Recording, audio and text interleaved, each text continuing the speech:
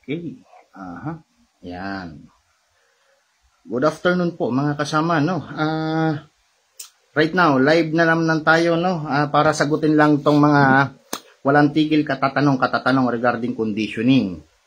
So, yon mga kasama. Para sa inyo po itong video na to, no.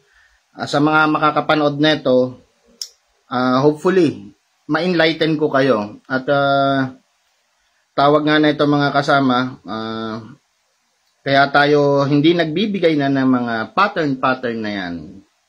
No, inuulit ko ho kasi ang pattern po na yan naging batayan na lang ho natin yan dahil doon sa tinatawag nating industry of business, no? Supposed to be wala naman dapat na pattern yan. So, yun nga. Mga kasama, right now, dito sa live na to, ibabahagi ko sa inyo kung ano ba yung essence of conditioning. Essence of conditioning, mga kasama, walang tinatawag na durations yan. Walang tinatawag na basic pattern yan. No? So, sa atin, mga kasama,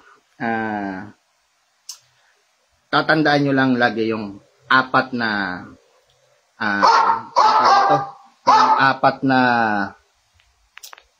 what you call this one, yung apat na letra, no, yung baybayin niya. Pag tinawag na baybayin, mga kasama, ito yung sinasabing APE, A, double P, and E. Yan ang tatandaan nyo. So mga kasama, essence of conditioning, huwag nyo lalagyan ng limit, no. Huwag nyo siyang lalagyan ng limit. Kasi wala naman talagang limit yan. Unless makuha nyo yung desire o yung gusto nyong punto at estado na ng alaga natin. Supposed to be, mga kasama, ang APE is stand from letter A, no? Which is analyze. So,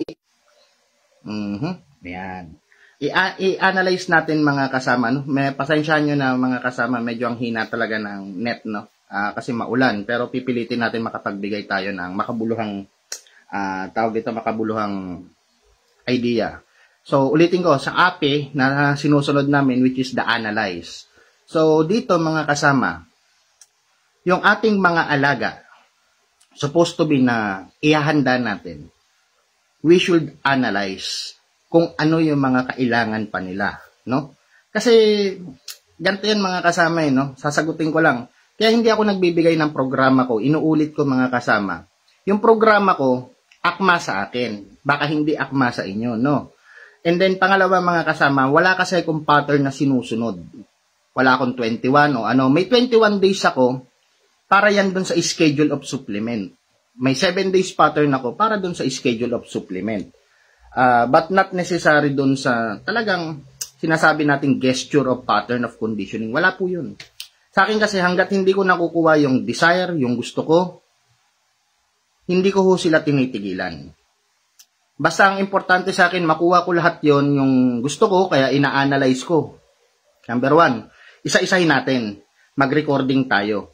Kung halimbawa, itong alaga ko na to, itong si aking panlaban number 1, no? Tawag dito, buo ang katawan, sobrang bigat, mabagal lumaro, kulang ng ganito, o doon ako nag-a-analyze sa kanila.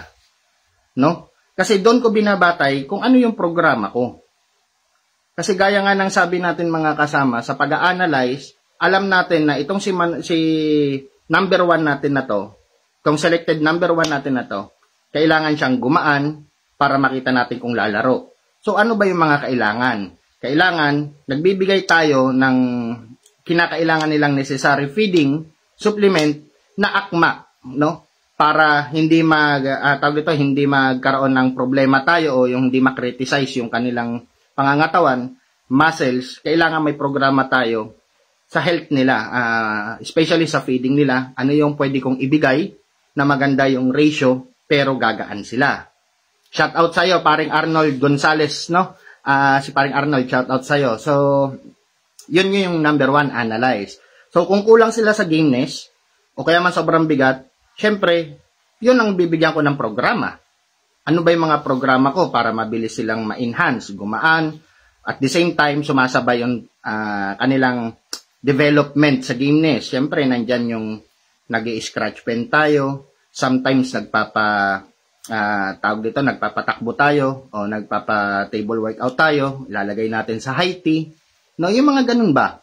So, titingnan nyo, kasi yung mga training na yon, lalo na yung sa scratch pen, yung pagbilad, yung paglagay sa high tea, yan yung mga exercises na nakakatulong magpagaan na hindi na aabiso yung kanilang pangangatawan. So, yun eh. And then sa feeding nila, para naman instead na, syempre, ang bigat na nila no? Ngayon, i-analyze natin. Sabi nyo, sir, kailangan natin at least CP, ang crude CP content natin, nasa 23 o 24 tayo, na hindi sila mako-compromise. Dahil nagbabawas tayo ng weight nila. Magandang araw sa'yo, bro, Jolly Concepcion. And then, yun nga, mga kasama, pagdating sa feeding, syempre, yun ang analyze. Nagpapagaan nga tayo di ba? So, anong kailangan mo? So, para hindi sila masyadong bumigat at hindi makompromise yung katawan, nagbabawas ako ng grains. No? Pagbawas ko ng grains, mag-aangat naman ako ng corn. Kakapiraso lang ang pellet ko. So, like for example, ang mixture para sa kanya is 50, 40, 10. Ganon. O kaya man,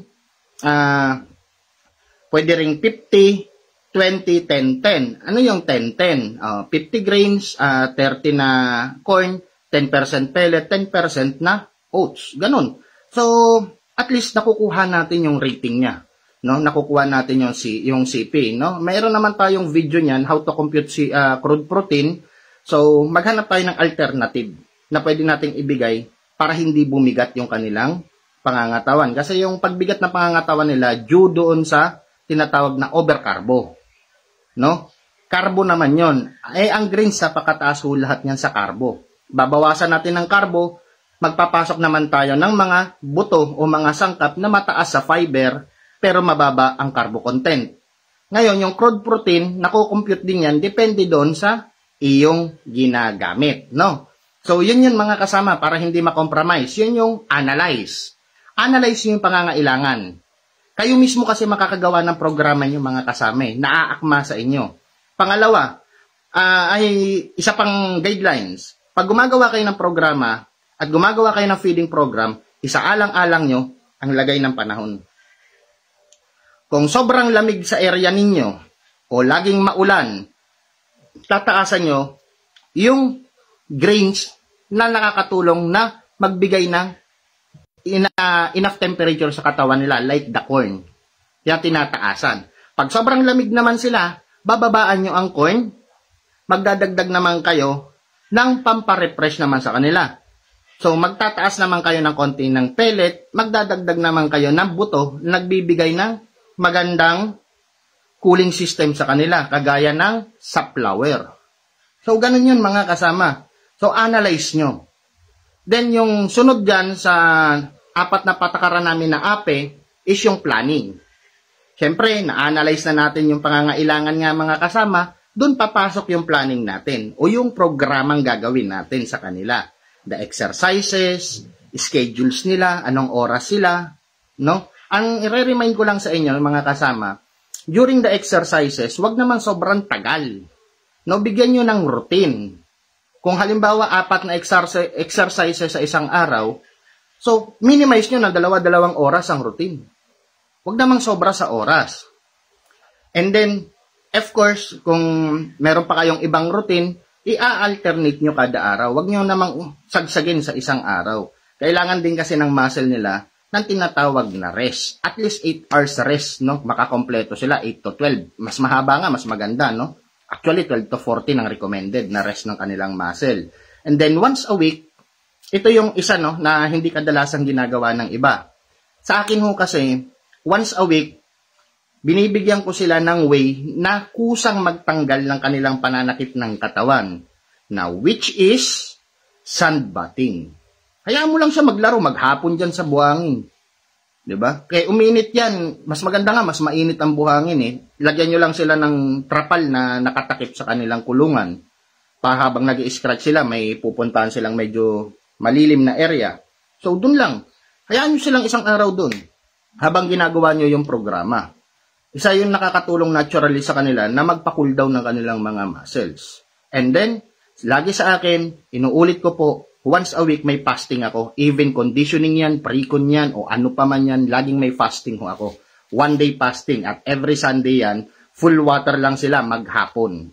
No? Kinaumagahan, kalahati lang sa umaga, sa halimbawa, linggo ang fasting ko, on Monday morning, light diet sila, kalahati lang ng regular na binibigay namin muna, and then sa hapon, balik na sila sa full feeding. So, ganun ang ginagawa namin. O, yung magtatanong na naman sa akin, dry feeding o wet feeding? Dry feeding po ako. Kasi may logic po yun. Napapansin nyo po, kapag dry feeding, maganda ang pagkabuo ng katawan, maganda ang pagbuka, solid, no? Hindi kagaya ng wet feeding, buhagag ang katawan, buka nga, buhaghag, mabigat, kasi wetty. Ngayon, pagdating ng araw ng kanilang tunggalian, biglang umiimpes. Yun ang disadvantage. Napepeke tayo ng buka. Kasi nga, masyadong buhaghag sila because of overwetty naman nung kanilang kinakain. Pangalawa, yung sustansya ng pagkain nila nawawala. Kasi tandaan nyo po, ang sustansya ng mga buto na kinakain nila nasa balat. No? Kaya ang pansin niyo pag nagbabad kayo ng pagkain kinaumagahan, pag gagamitin nyo, maasim ang amoy. So, nailabas nyo na yung tinatawag na tawag dito, grains acid, na which is nandun yung mga content ng mga vitamins na importante. Okay lang hugasan nyo, wag nyo nang ibabad. Hugas lang, pwede na yun. No? O kaya man, meron kasi kaming tambiolo na tinatawag yung panglinis ng buto. So, doon namin iniikot yung aming buto. Kada bibili kami ng per sako, isang sako, nililinis na namin para mawala yung mga bukbok. No? So, yun mga kasama. Kaya, dry feeding ako. Okay, natapos na tayo doon sa analyze, planning. Ano yung isang P? Diba? Yung P is plotting. Ipa-plot nyo na kung gaano kahaba ang kailangan nyo. O kung gusto nyo, first 21 days. Ito, obserbahan nyo. Kulang pa. Extend nyo uli, i-plot nyo uli. No? Hanggang sa makuha nyo yung gusto nyo, yung desire. Ngayon, pag sa palagay nyo, para sa akin, ready na sila, maganda na silang ibangga, maganda na pangangatawan, maganda na ang health nila, maganda na ang gameness nila, sa kanyo ipasok na po sa final. Yung final na yun sa akin ng mga kasama 7 days nga lang, di ba? The mental conditioning stage and keeping. Oh, okay na sila eh. Bakit patatagalin pa? Oh, hanap ka ng schedule mo. Ngayon, kung wala kang makuwang schedule, diretso mo lang yung ginagawa mo, i-maintain mo lang para na may maintain din sila. Yun yung purpose ng plotting. Para hindi ka nawawala sa way mo. Ano na ba yung ibibigay mo? Ano yung kasunod mo? No? Pag na-extend, extend mo lang din. I-plot mo lang, extend mo lang. Wala namang problema yun eh. Hanggang sa magkaroon ka ng schedule. O ito yung schedule nila, iprograma mo 7 days, i-plot mo rin. Na 7 days, ito yung kailangan nila.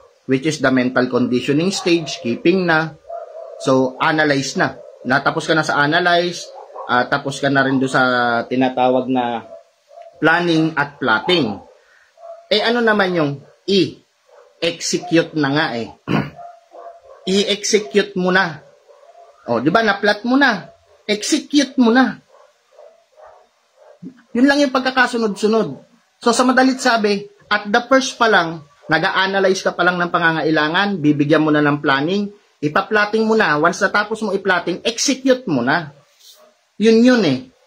Kaya nga, for example, halimbawa, nag-analyze na ako ng mga alaga ko, ito ang kailangan. O planuhin ko na kung ano ang kailangan nilang programa sa pagkain, training. Pag meron na, ipa-plot ko na.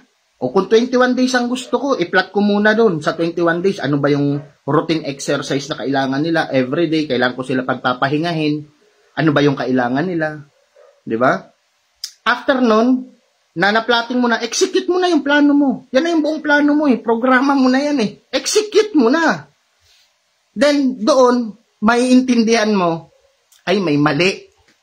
Makikita mo eh, hindi umubra yung ginawa kong programa. Always yan mga kasama, tama lagi ang analyzation ninyo. Laging nagkakamali yan dun sa planning. Ay, mali pala yung programa. O kapag nagkamali ka, may time ka pa na i-adjust. Kasi wala pa naman yung scheduling mo. Kaya nga sabi ko, madaling kumuha ng scheduling ng laban, kaya wag niyong pamihasain na 21 days kasi may laban ako sa ganito. Mali. That is a wrong way. The proper way, bago ka sumali o kumuha ng iyong schedule ng laban, siguraduhin mo muna, alaga mo, preparado. Kasi kahit anong ganda ng paghahanda mo, ay kahit anong ganda ng quality ng manok mo, kung hindi yan preparado at kulang ang pagka-preparado niyan, sa araw na kinuha mong schedule nila, ay malaki ang porsyento na magsasako ka ng talunan. Mas maganda yung umaasa ka na mas may chances ka na makakuha ka ng panalo. Ika nga mag 50-50 ka, maging masaya ka, di ba? Kaysa naman yung alang-alang mo rito, mas mataas yung chance ng pagkatalo kaysa sa pagkapanalo. Gawin mong balanse. At least, nagkumuha ko ng schedule ko, alam ko yung mga alaga ko, preparado. Then, i-execute ko na lang yung final execution ko. Mental conditioning and keeping. Tamang pahinga, tamang pagme-mental condition, tama, ayun na yung tinatawag nating final stage of point eh. Saka ka ngayon mag-schedule. Pag meron ka ng preparado na mga alaga mo, never na never mong gagawin na sir, may laban ako sa 25, kailangan ko, makakaabot ako ng 21 days condition, pahingi naman ako ng programa mo. Ha?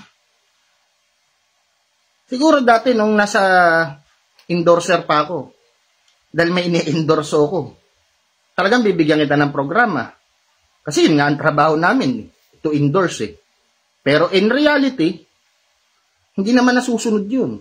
Kasi yung 21 days na yan, na pattern na yan, ang nagpakalat niyan at ang gumawa niyan, which is yung mga big names sa industry. Yung big names na yan is under at hawak yan ng malalaking kumpanya, na which is ang business is engaged para dyan sa medication, supplement, and needs ng mga alaga. Kaya lumabas yan. Para iprograma nila, mapilitan tayo o yung mindset natin, kumbaga magkakaroon tayo ng mindset na ito yung programa, ito yung kailangan eh. 'Di ba? Pasensya na kayo sa may ingay na alaga natin sa likod. Yun eh. 'Di ba? Wala naman tayong magagawa ron. Naging ano na natin yan eh, naging anong tawag dito? Naging mindset na natin yan.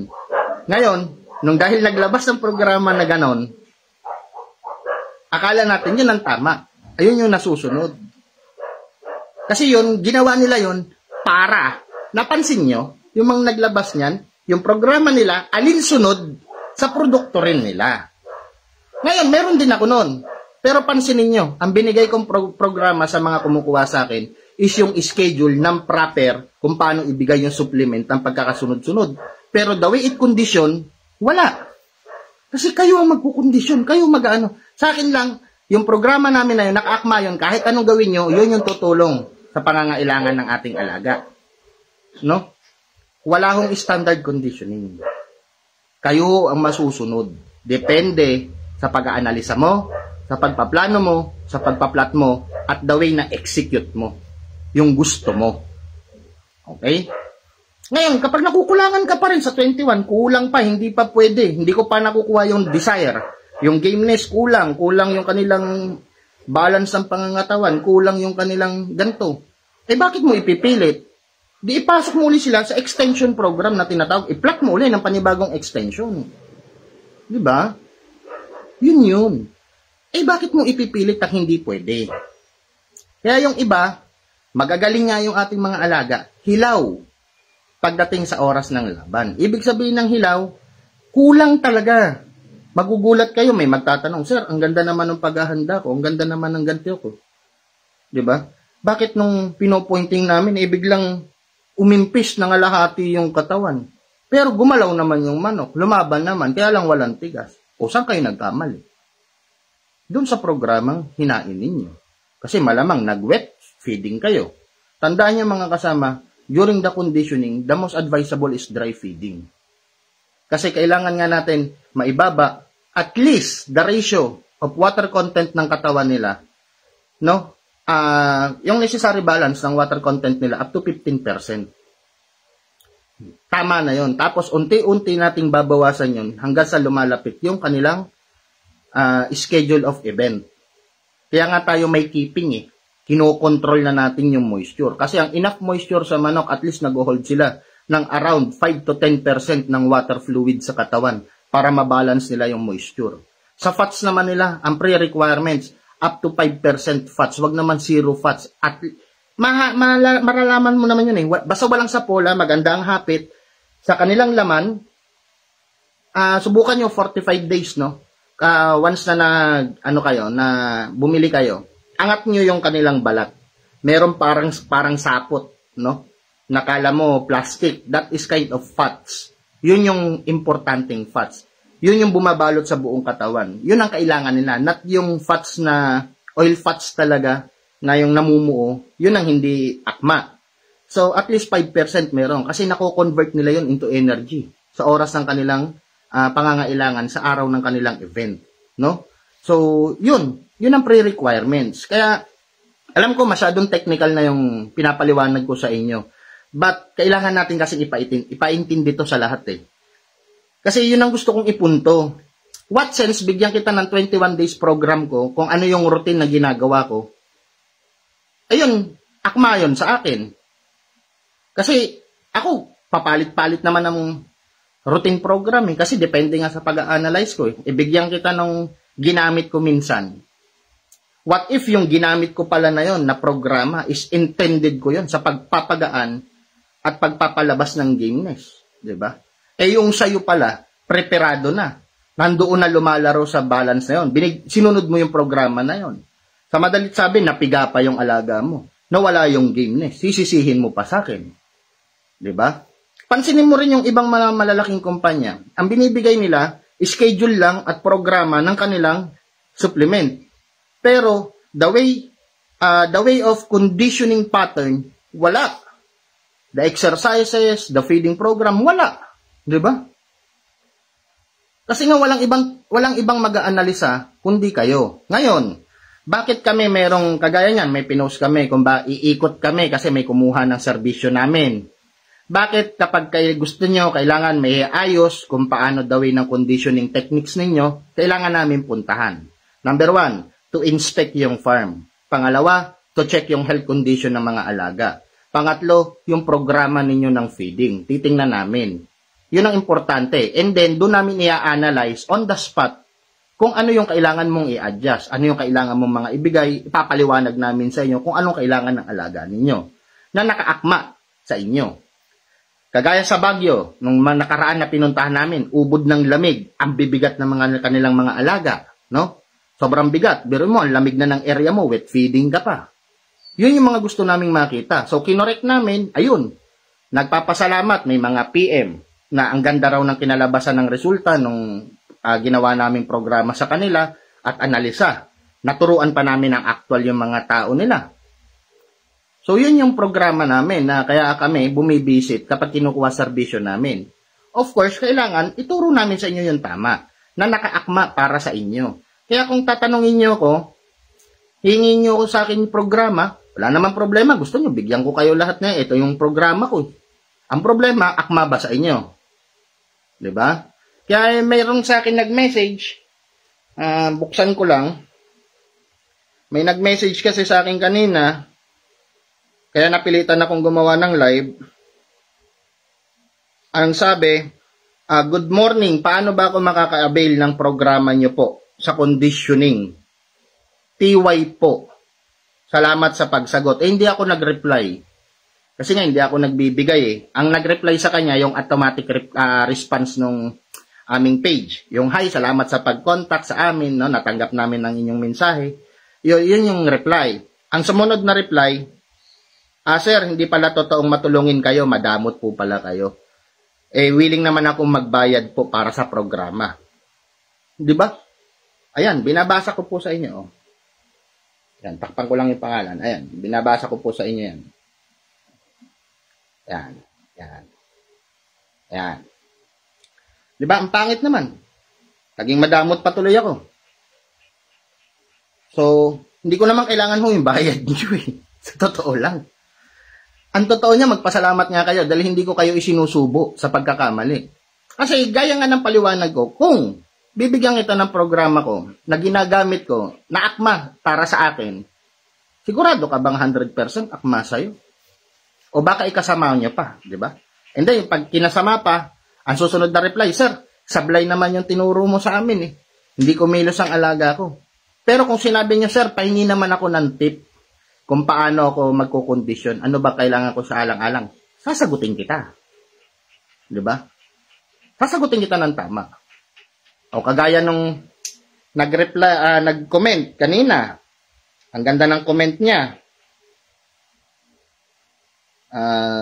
Si Sir, Cobain Kurt, matagal ko na tong followers, no? Yan ang comment niya kanina. Yan. Nag-comment siya, Sir JRB, maraming salamat sa mga tinuro niyo po regarding conditioning. Wala siyang pinunto na kahit na ano. First time kong sinubukan at nakita ko ang epekto. Sir, super galaw ang manok. Maraming salamat po. O, di ba? Ito, hindi ko binigyan ng programa to. Bagkus, ito ay matyagang nagtanong, humingi ng mga tip, nagpa-guide, ginamit yung aming programa, no? Programa, yung sa suplemento. Suplemento namin, ginamit niya. So, tinuruan natin ng tama. Paano mo i-analyze, paano mo aatakihin, paano yung ganito. Nahihirapan siya minsan, di ba? Meron siyang time na nahihirapan, na sabi niya, sir, ganito, ganyan. So, tinatanong ko tuloy, ano bang kondisyon ng area ninyo, klima ninyo, o subukan mong adjust ng ganito, tingnan mo kung i-epekto. Di ba? Yung ganun ba? Magagabayan ko kayo. Pero yung hihingiin nyo mismo yung programang ginagamit ko, sorry to say, hindi ko maibibigay sa inyo. No? Kasi, sabi ko nga, iba yung routine eh, pero kung programa ng suplemento ang kailangan nyo, kaya kitang bigyan. 21 days pattern, 7 days pattern, at meron ding pre-con pattern. Kasi sa pre-con pattern, umiikot lang naman eh. Sa conditioning, umiikot lang din naman yung supplement na kailangan ninyo. Kailangan lang, alam mo kung kailan yung tamang bigay para tamang na-absorb ng katawan ng alaga. Pero sabihin mo, sir, may limit ba yung 21? Wala. Depende sa inyo. Pag hindi kinaya, kasi yan, 14 days final analyzation eh. Pag-analyze, pinasok mo ng 21. Within the 14 days, may final spar yan. Di ba? Patitingnan ninyo, ay hindi pa akma. O di back to zero mo. Bakit mo itutuloy ng pataas? Hindi pa nga akma eh. Di balik mo sa zero. Ground zero mo uli. Eh hindi nag-improve eh. Balik mo muna ron. Sabay analyze ulit. Bakit ganun? Anong nangyari? Anong problema? Kaya magkaroon kayo ng question and answer. This is the time na para mag-grow kayo. Para yung kaalaman natin hindi tumutuldok, no? Yan ang gusto kasi mangyari ng industry. Lalo't yung sa malalaki. O ngayon, bahala na. Nagbitaw na naman ako ng salita na tinutumbok sila. Eh, hindi ko alam kung masuspend na naman tayo. Bahala na. Pero yun ang totoo. Gusto nilang i-manipulize, no? Manipulize talaga. Kasi syempre gusto nila tumatak sa'yo na ito lang. Tama na. Bira ka na. O pag hindi pwede, ulit ka uli. Di ba? O ngayon may nagsasabi sa akin, sir, paano yan? Hindi napalaban yung alaga ko. Anong gagawin ko? Eh, kinabukasan pa. Tandaan nyo, sa last day, may tinatawag tayong withdrawal period. 5 days. O, after 5 days na wala ka nang binigay sa kanila, na, depende pala sa gamit, no? Yung sa akin kasi, all oral, no? 5 days nagwi-withdraw. Halimbawa, ito yung event nila, ang binigay ko na is pointing, wala na akong binigay na supplement. From this one is day 1. May 5 araw pa ako para mag-withdraw. Paano may iwasan mag-withdraw? Bago mag 5 araw, ano yung nakaprograma mo na dapat ibibigay, isunod mo lang uli para maiwasan yung pag-withdraw. Kasi kung ipapahinga mo, may mabilis mag-withdraw, no? Mayroong 3 days lang yung ginagamit mo, nagwi-withdraw na. Pag di ka nagbigay ng 3 days, nagwi-withdraw, kailangan mo i-follow up para hindi mag-withdraw. Once kasi nag-withdraw ang mga alaga natin, hayaan mo na siyang mag-withdraw. O, 7 days, 10 days, hayaan mo, wala kang binibigay. I-withdraw mo. After nun, back to zero ka talaga, ground to zero. Pero kung gusto mong ituloy, alamin mo kung kailan ang withdrawal period mo. Para bago ka sa dumating sa withdrawal period mo, follow upan mo para hindi mag-withdraw. So, ganun lang yun mga kasama. Kaya hindi ko nga maintindihan bakit yung iba gustong ituloy, pasisingawin, i-spar daw. Sipin nyo yun, binigyan nyo ng pagod, tapos gusto nyo ituloy kinabukasan. Instead na pinahinga ninyo, tiningnan nyo yung programa nyo, i-analyze nyo, dapat, kung ito dito ako huminto, ano na ba yung kasunod dapat? Isusundan mo lang. Tandaan nyo po, vitamina ang binibigay natin. Lahat yan, vitamina, during the conditioning. Wala pong antibiotic. No? Vitamina po yan. Walang overdose po yan. Maliban na lang kung gumagamit kayo, kagaya nung tawag nito, yung may nag-comment sa akin nakaraan na, Sir, nasubukan niyo na ba gumamit ng Ersiflora? Bakit ako gagamit ng Ersiflora? Ay, gamot nga ng anak ko yun sa pagsusukat pagtata eh. O, di alam ko na sarili ko, that one is antibiotic. O kung gumagamit ako nun, for what purpose? Pinapatay ko yung good bacteria nila na walang dahilan. Di ba yung ganon, yung common sense, yung gagamitin natin, open naman si Google eh. I-search nyo kung para saan yun. Kung akma yun. Walang problemang gumamit kayo ng suplementong kagaya natin, pantao, sa kanila. Basta alam nyo kung paano computein yung proper give ng dosage. Alam nyo kung kailan yung kanilang effectiveness, kailan tumatagal at withdrawal period. Walang problema kung alam ninyo. Pero kung hindi nyo alam ang isang bagay at ibibigay nyo at gusto nyo ibigay, aralin nyo muna. Search nyo. Para saan ba to? Ano ba itong gawain nito? O, meron pa nga nagsasabi, na ano pa nga ako dyan, may nagtanong pa nga. Sabi ko, bakit gagamitin mo yun? Igamot nga yun sa pagtatay at pagsusuka. Diba? Yung isa naman, tama yan, pwede mong gamitin yan. Androbol. Diba? That is steroids. Hindi ko pinopromote. Pero yun yung logic kung bakit sa punto ko may analyze. Kasi syempre, analyze mo alaga mo, analyze mo yung kailangan mo, i-planning mo kung anong kailangan nila, i-plot mo ngayon yung programa na gusto mo, and then, saka mo execute. Dito sa atin mga kasama, non-stop learning. Huwag niyong ipako ang sarili niyo sa isang bagay. Kasi ang pagkukondisyon, hindi yan pare-parehas, tandaan ninyo. Kagaya ng tao yan. Hindi lahat ng tao pare-parehas ang pagkukondisyon ng katawan natin. 'Di ba? O kagaya niyan, si JM Carl, tanong ng tanong yan, anong ratio ng feeds mo? Sinabi ko na nga sa inyo, boss, yan noon pa. Nakadepende yan kung ano ang kailangan ng alaga ko. Doon ako nagre-ratio. Nagbabay compute ako. Kasi bigay ko man ang ratio sa'yo, sabihin ko, ginagamit ko ngayon. Doon sa aking newly harvest, ibigay ko sa inyo, sa pre-con newly harvest ko, 70-20-10. Baka yung programa kong bigay sa inyo na ratio ng feeds niyan, bumigat ang mga alaga mo, idol. Dahil pampabuka yun. Di baling bumugat sila kasi binubuka namin sila. Sa conditioning ko, maniwala ka, may 40-30-30-10 ako na ratio. Ano yung ginagamit ko? Kagaya ngayon, maulan. Ang lalaki heavyweight yung mga alaga namin. Binababa namin ng timbang na hindi nagsasaper yung katawan.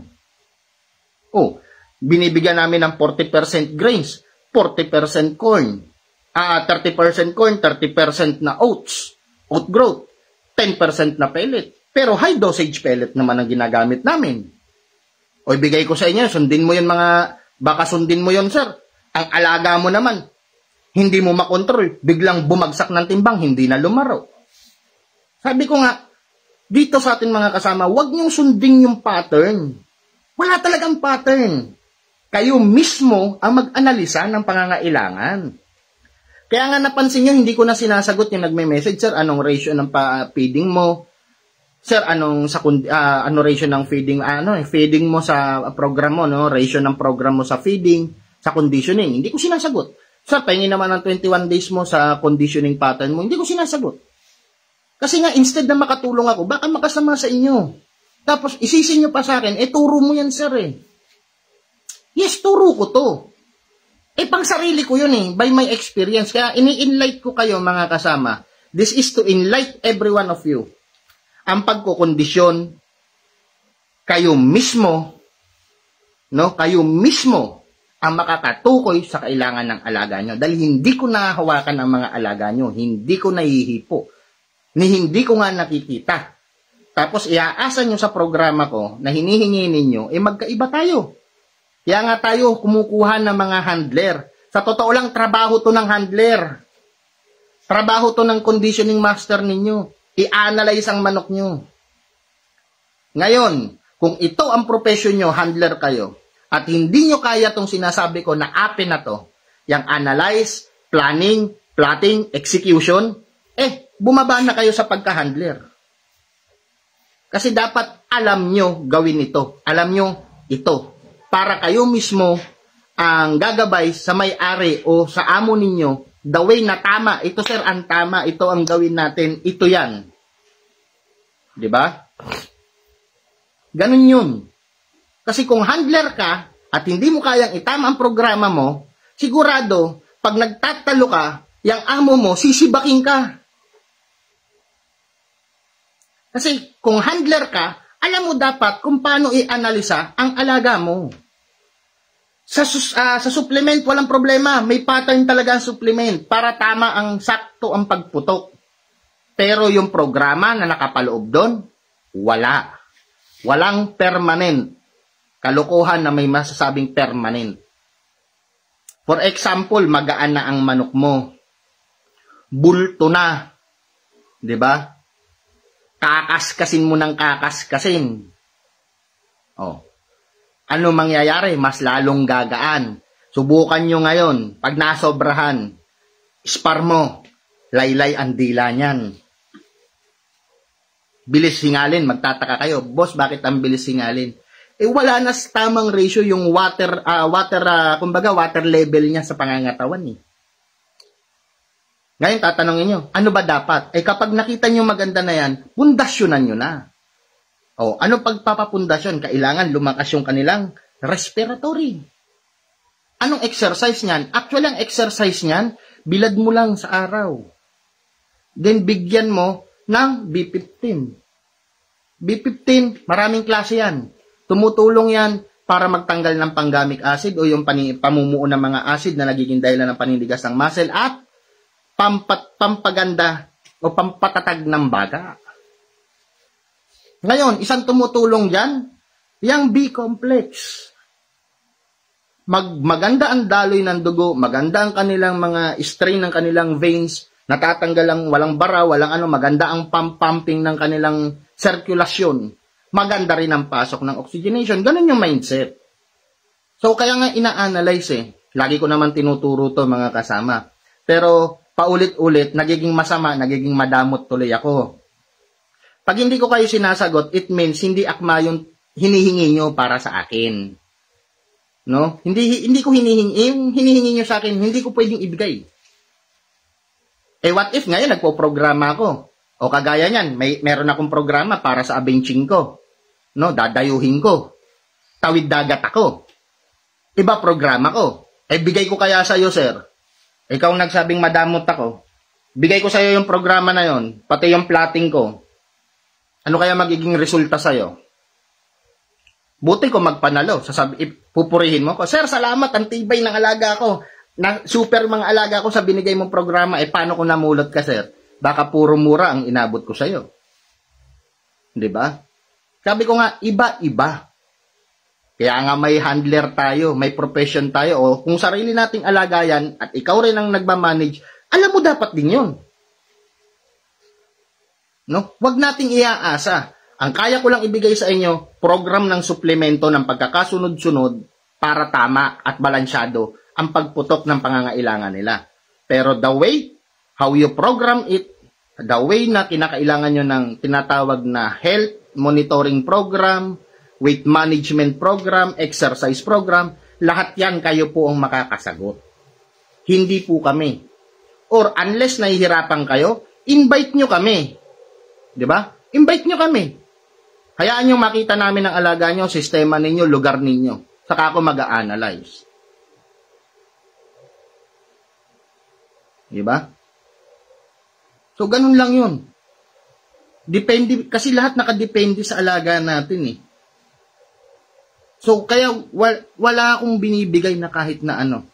Bagkus puro fundamentals, logic, sakay idea, diskarte, kung paano. So, ito yung sinasabi natin talagang fundamental of conditioning. Oh, ito, si Jero Ruiz, maganda tanong na ito. Ask ko lang, idol, saan po nanggagaling ang power ng manok? Sa bloodline, conditioning, vitamins sa binibigay? Lahat po yan may consideration. Meron talagang bloodline na talagang sadyang may angking power na talaga. Pero mas nade-develop pa yan, no, sa ating mga alaga. Nade-develop yan the way na tayo ay magbigay ng suplemento, exercise. At the same time, pag maganda yung pagbigay natin ng pattern of conditioning nila. Parang boksingero yan eh. Like si Pacquiao. Biruin nyo, galing sa lower division. Inangat nila yung programa ng inangat. May angkin na siyang lakas. Pero tuwing kinukondisyon siya, nagtitriple ang lakas niya. So lahat may consideration. Not only on the bloodline. Natural sa manok ang may power. Basta healthy, powerful yan. Mai-enhance yan through conditioning, training, and exercise. Mas lalo pa yan may enhance dahil kung tutulungan nyo ng supplement, mapapa-extend pa na nila yung duration ng kanilang necessary exercise. Na which is equals nun, equivalent nun. Mapupunta dun sa hinahanap nating maximum. So kapag sa palagay nyo, nandoon na sila sa level na yon, that's the time you can decide. Pwede na. O, saka ka ngayon humanap ng schedule mo. Kung saan mo sumabak. Habang mine-maintain mo yan. O, wala ka ng problema. Huwag nyo sundin ng 21 days na yan. Kasi pag kayo sumunod dyan, isa na rin kayo sa hawak sa ganito. Ng malalaking yan. Dahil wala ho talagang 21 days program na yan. What if sinunod mo ang 21 days, ikaw mismo, hilaw, kulang. Pipilit mo, ay kalokohan. Sasabihin mo, naka 21 days na eh. Hindi na pwedeng ihinto yan. Kalokohan yan. Kaya nga, alamin nyo yung gamit nyo. Kaya nga sabi ko sa inyo, know your supplement well. Para alam nyo kung kailan kayo dapat, back to zero. Hindi pwede. Train yan. Ibalik uli yan sa training program. Ibalik yan sa ganong program na yon. Diba? Parang nag-aaral ka. Yung teacher mo, mahina yung kukote mo. Binagsak ka. Pinaulit ka uli ng 1 taon. Kasi hindi ka pwedeng upgrade to next level. Kulang eh. Balik mo uli. I-repeater mo. Ganun lang yung logic niyan mga kasama. Huwag niyang ipilit kung hindi uubra. Kasi sa industriya natin, maliit man o malaki, pera pa rin ang nilalaban dyan. Ngayon, kung naging metikuloso ka, anong masama ron? Kasi gusto mo na tumaas yung chances mo. Hindi naman natin sinasabi na magiging 100% chances mo eh. Sabihin natin 50-50. Pinakamataas na pwede mong abutin, 60% ang confidence mo. Hanggang doon ka lang. Yun naman talaga totoo eh. Hindi mo pwedeng itaas na doon eh. At least lamang ka, nakakalamang ka doon sa confidence mo na ito, malaki chance akong manalo to. Chance. Ang sinasabi, binibitawan. Dahil kahit anong galingan na manok mo, meron nga dyan, papatay na kalaban eh. Pagdikit na manok mo, isang pitik lang, nasutang ka, di patay. Kasi dito sa atin, chance plus luck, kailangan magkasama yan. No? So, yun yung sinasabi ko sa inyo mga kasama. Fundamental of conditioning, sundin nyo lang tong 4 na to. Analyze, planning, plotting, execute mo. Hindi ka maliligaw. So, kung hindi nyo pa rin naintindihan yung explanation ko, balikan nyo tong video na to, sigurado, ulit-ulitin nyo, ulitin ninyo, analyze nyo. Mag-search din po kayo mga kasama. Anong mga buto ang pwedeng ipakain nyo sa kanila na maganda ang crude protein pero less carbo para hindi bumigat kung magpapagaan ka. Ano naman yung pwede mong ibigay na feeding program sa kanila? Ano yung mga buto na mataas magbigay ng carbo, mataas ang crude protein para bumuka? For example, munggo. No? Pwede ka magdagdag ng munggo. May red munggo na rin ng mga feeds. Kaya wag niyo sasabihin sa akin, sir, napakatigas ng munggo. Natutunaw ba nila yan? Aba, matagal na kayo nagpapatuka ng patuka ninyo, hindi nyo alam na may red munggo yan. So, ang daming pilosopo. Saka kahit bato pa nga ang kainin ng manok ninyo, tutunawin at tutunawin yan, idudumi at idudumi ng alaga nyo yan. Kasi nga may kakaiba silang parts ng katawan, which is the gizzard. Yan ang gumigiling. Ganyan lang yan, pero unti-unti niyang nagigiling ang super tigas. Ultimo bato nga eh. 'Di ba? Bato, shell, uling. Kasi yun yung tumutulong na panunaw sa kanila. Oh, at the end of the day, dudumi nila yan. Kaya, wag maging pilosopo. Sabihin nyo, ang tigas nun. Ito yung, kung matigas yan, ano ba? Mas matigas yung bato o yun. 'Di ba? So, yun lang yun, mga kasama. Ano mga kasama? Open kay Google lahat ng klase ng buto na meron doon sa ating feeds. Tingnan nyo kung ano doon. Malalaman nyo yung mga buto na pwede nating i-additive. Mababa sa carbo, mataas sa fiber, at mataas sa crude protein. No? Yun yung nakakapagpagaan. Ang nakakapagpadagdag naman ng katawan at nakakapagpadagdag ng muscles nila ay yung mga buto na mataas sa carbo, no? Yung sa carbohydrates, carbo content, mababa ang fiber, mataas, katamtaman lang ang crude protein level niya.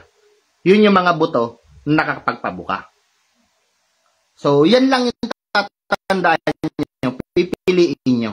Kaya nga sabi ko nga sa inyo, para saan ba yung sa flour, tawag dito yung kung ano-ano pa man, no? Basta yun na yun mga kasama. Kaya kung hindi nyo naunawaan mga kasama, ang sinasabi ko sa inyo, ulitin nyo ang video na to. Sigurado, may enlighten kayo. Kaya mga kasama, hanggang sa muli po nating pagla-live at may kapag tayo ay sasagot uli sa isang mga katanungan, sigurado, kapupulutan nyo na naman yon ng panibagong idea. Kaya hanggang sa muli mga kasama, hanggang dito na lang at may gagawin pa tayo. Muli po, J.